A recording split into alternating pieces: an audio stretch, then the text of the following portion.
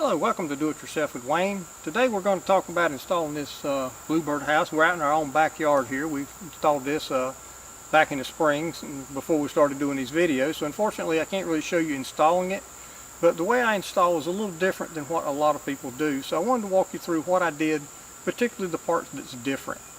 After we got all our parts together, we got the house itself. Mounted to the bottom, we got one of those round things about this big around that pipe can screw into. They use them on the floors if you're going to use a pipe for a stand-up or something. But it works great on the bottom of a Bluebird house or any kind of bird feeder. We got one of those, we got the pipe, and we got our baffle to keep the critters from getting up to the Bluebird house. So we got out here in our backyard.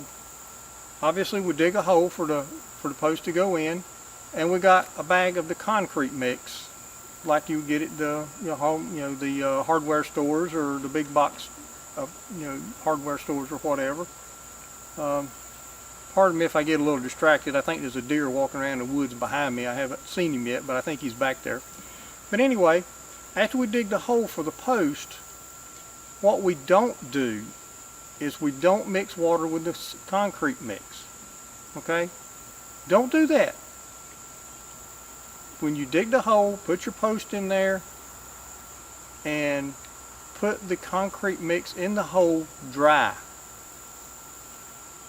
Now what that will do for you, if you put the concrete mix in there wet, if you mix the water with it like the instructions on the bag tells you to do, that concrete, when it dries, will shrink up just a little.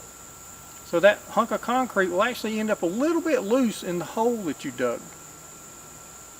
Now if you take your concrete mix and you pour it in that hole dry, you take a couple 2x4s or 1x2s or whatever you got, and you brace this pole to make sure it stays straight up and down, and just leave it for a couple days. The moisture in the ground will make that concrete set up.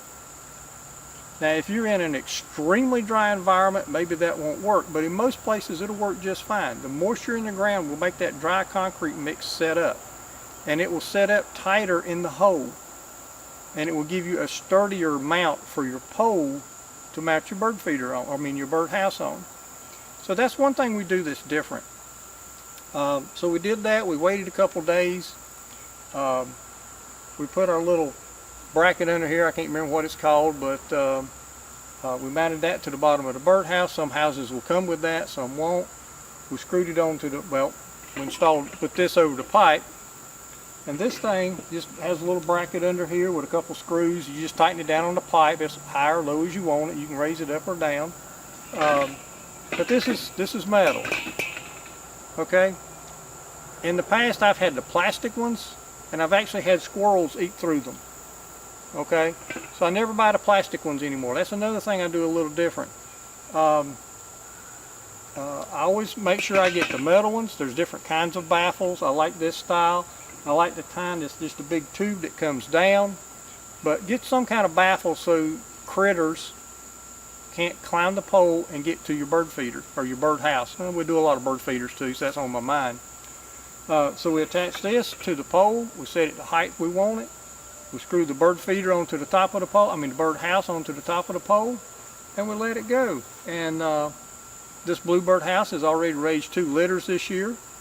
And one thing you always got to do with your Bluebird houses, you got to have one that will open up, because bluebirds won't build or won't nest on top of an old nest.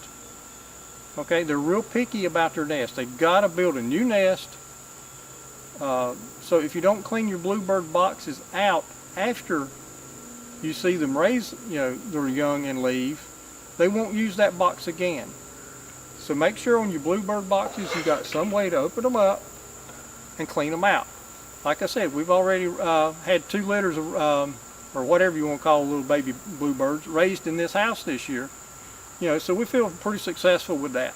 And just make sure you keep them cleaned out, and they'll keep coming back.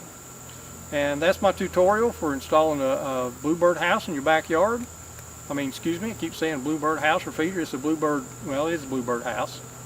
And I wish more people would do this to help to have more bluebirds around. They're really good to have. They're good for the environment. They're fun to watch.